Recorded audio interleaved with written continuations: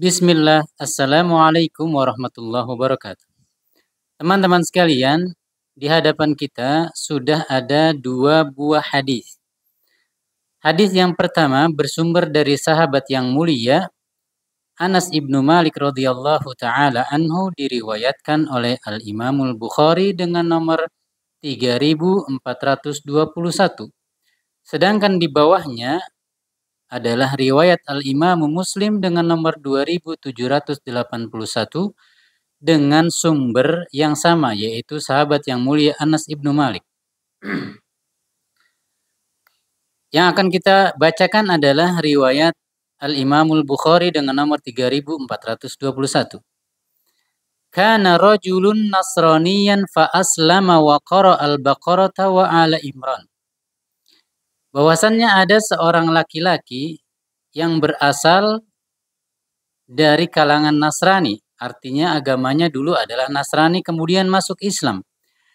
Bukan hanya masuk Islam, tapi dia juga mampu menghafal beberapa surat Al-Quran, di antaranya Al-Baqarah dan Ali Imran. Fakana yaktubu lin nabiyyi fa'ada nasraniyan fakana yaqulu ma yadri Muhammadun illa ma katabtu lahu.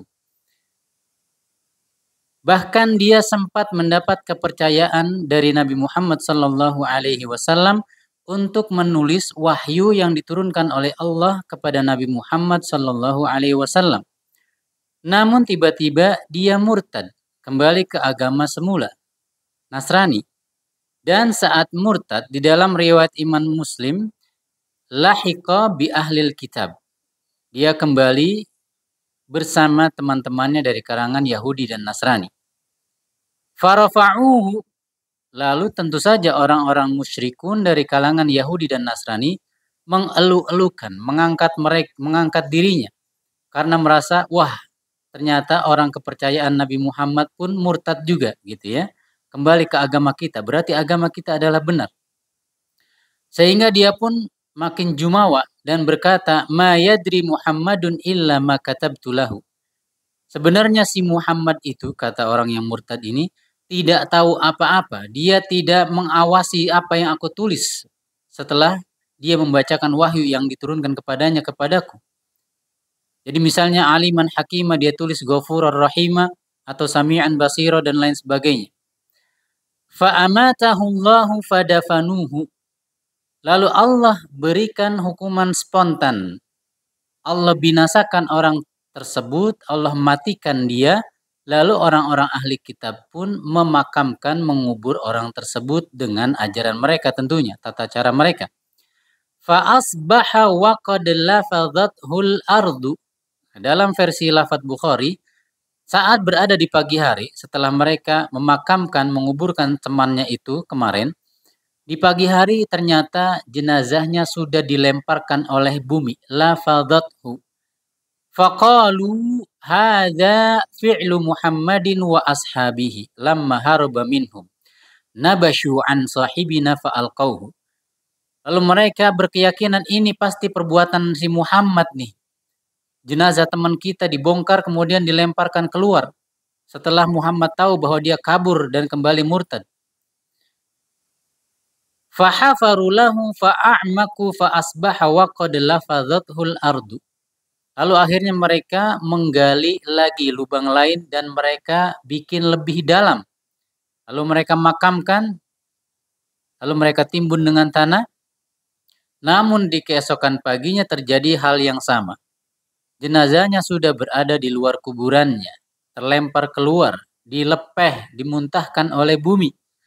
Faqalu hadza fi'lu Muhammadin wa ashabihi nabashu an sahibina lamma haraba minhum fa'alqauhu.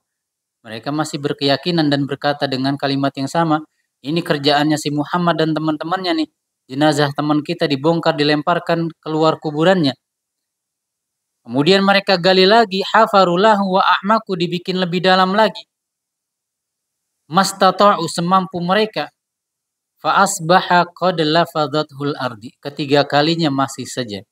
Meskipun sudah begitu dalam mereka gali, ternyata jenazahnya kembali terlempar keluar, dimuntahkan oleh bumi. Fa'alimu annahu laisa minan nasi fa'alqauhu. Namun akhirnya mereka menyerah dan akhirnya yakin bahwa ini bukan perbuatan Nabi Muhammad dan pengikutnya. Ini adalah hukuman bagi temannya yang murtad. Allah nampakkan hukuman kontan di muka bumi. Nah, teman-teman sekalian, apa yang bisa kita ambil pelajaran dari kedua hadis yang sangat sahih ini, yaitu bahwa setinggi apapun kepercayaan yang diberikan kepada seseorang dalam statusnya beragama, tidak menjamin bahwa orang tersebut akan terus lurus berada dalam keyakinannya. Karena setan tetap menggoda siapapun, kapanpun dan dimanapun, pagi, siang, malam, dari depan, belakang, kanan, kiri, bawah, atas. Maka jangan pernah merasa bangga dengan posisi kita. Apalagi kalau kita hanyalah seorang muqallidun, orang yang mengikuti pendapat para ulama saja. Apalagi kalau kita adalah orang yang awam, maka tidak layak rasanya kita menyombongkan diri karena sombong adalah karakter dan sifat iblis. Hendaknya kita tetap bersyukur dengan nilai-nilai Islam dengan dipercayakannya oleh Allah beragama Islam, dan kita jaga betul wala tamutunna illa wa antum muslimun. Barakallahu fikum. Wassalamualaikum warahmatullahi wabarakatuh.